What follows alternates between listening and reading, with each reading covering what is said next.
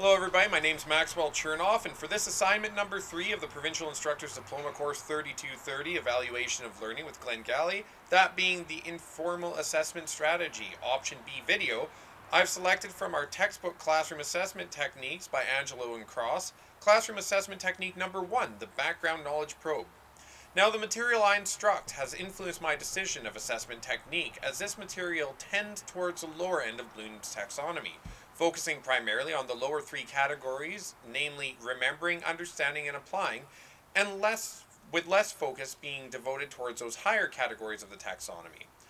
I've also briefly read about this technique previously in my other PIDP studies, and it fits in well with how my classrooms are primarily run, particularly when using as part of the pre-assessment of a BOPS model structured lesson plan, or when using as a type of formative assessment tool in the introductory phase of a course. So a brief explanation of this strategy is that early on in a course, either at the beginning of the course or shortly before, one gives students a short questionnaire termed the Background Knowledge Probe to gauge their previous knowledge of the course material. Students are informed that this exercise is not for any sort of marks. It is neither an exam nor quiz. It is a background knowledge probe. It is and exists simply to see where they stand in their current levels of knowledge. These questionnaires are to be short and contain real examples of course material that will be covered. The purpose of the background knowledge probe questionnaires are to see how much of the actual course material students already know. It is not to gauge their general knowledge of the subject. These are then marked, and the data therefrom is qualified and quantified so that it can either be shared or not shared with the students. So the information obtained from these background knowledge probes educates the instructor on where the class stands with regards to pre-existing knowledge. The instructor can then choose what to do with this information. Now, one of the biggest opportunities here is that the instructor can either dial up or down the starting level of the course material, for the simple reason that if everybody knows something, there's no sense in going over it again and devoting a lot of time in the schedule to it. And also because in raising or lowering this to try to match the pre-existing knowledge levels of the students, we're going to be able to better hit that flow state where students are most amenable to learning things and efficiency is thereby increased of the course. So, in what context does this work? Almost any.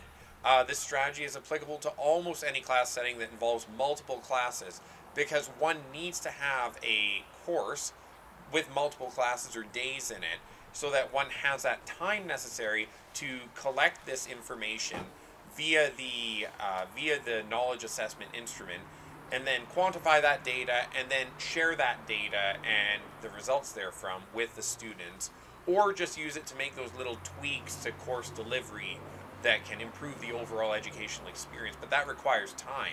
So this can be used in almost any context where one has the time to do it, which is a multi-class program. What are the limitations of this strategy? It doesn't work, for the aforementioned reasons, with one-day courses. If it's a one-day course or one-day workshop, there's just not the time to do this. There's definitely other methods one can use to achieve similar outcomes, like having a class discussion. To boil that down to the simplest level, it can simply be, hey, who knows how to do this already? Raise your hand. That would be the simplest form of this, really distilled down. But you can't use the full thing in like a one-day course. It just doesn't work. And also, for various reasons, the results could not be reflecting properly the background knowledge of students. And this can be due to students having test anxiety, or misunderstanding what was being asked, or just a student can be 95% knowledgeable in a given subject matter, and you happen to test the 5% they forgot or don't know. It doesn't mean the student doesn't know. It means that the portion that was examined is not the portion that they know, even though they might know the vast majority of a subject matter. But again, no assessment technique is perfect, and this could reasonably be leveled at pretty much any other assessment technique available in the book. So I don't think it should be discounted because of that. It's just something of which we need to be aware when implementing it. What are advantages of this technique? So compared to many other ones listed in our textbook, it's very quick, simple, and easy to implement. It does not take a lot of effort or time on part of the instructor or the students. It's in the format of a simple quiz, which is very easy to prepare. An advantage when properly implemented, this can really pay dividends and give instructors a lot of very valuable information about where they should be starting their course level of instruction, and allowing them to make those little tweaks. If they find students are all mostly weak in something, focus a little more on that at the beginning, get them up to speed. It's very, very valuable in that sense.